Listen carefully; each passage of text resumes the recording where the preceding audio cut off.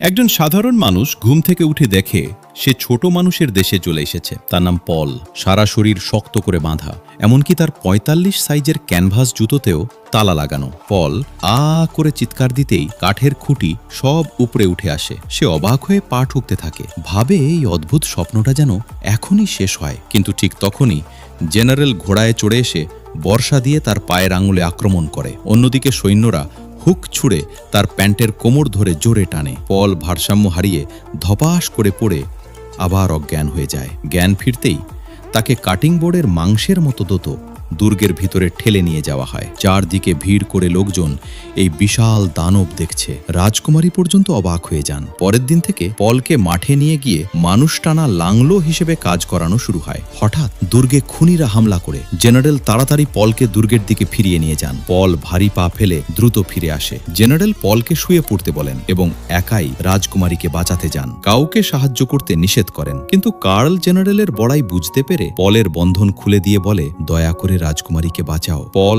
সবার আগে পৌঁছে দুই খুনিকে তুলে এক পাক ঘুরিয়ে পুকুরে ফেলে দেয়। রাজকুমারীকে হাতের তালুতে নিয়ে নিরাপদে সরিয়ে নিয়ে যায়। জেনারেল যখন পৌঁছান ততক্ষণে সব শেষ। রাজকুমারী পলের কাছে কৃতজ্ঞতা জানান, কিন্তু রাজা তখনও আগুনের মধ্যে আটকে আছেন। পল হাত বাড়াতে গিয়ে আমূল পুড়িয়ে ফেলে। সবাই বিপদে পড়লে কার্ল বলে ওঠে, আগুন নেভাতে পানি লাগবে। পল এক টানে প্যান্ট খুলে আগুনের দিকে মুখ করে জোরে প্রস্রাব করতে থাকে। যদিও জ্বালা করছিল তবু আগুন নিভে যায়। ঠিক তখন জেনারেল এসে গালাগালি করে বলেন, শিগগিরই তোমার পাখি ঢোকাও। পল ঘুরতেই তার শেষ সঞ্চয় সব জেনারেলের গায়ে পড়ে। এরপর থেকে পল ছোট মানুষের দেশে সবার শ্রদ্ধার পাত্র হয়ে ওঠে। সে হয়ে যায় মহান নায়ক।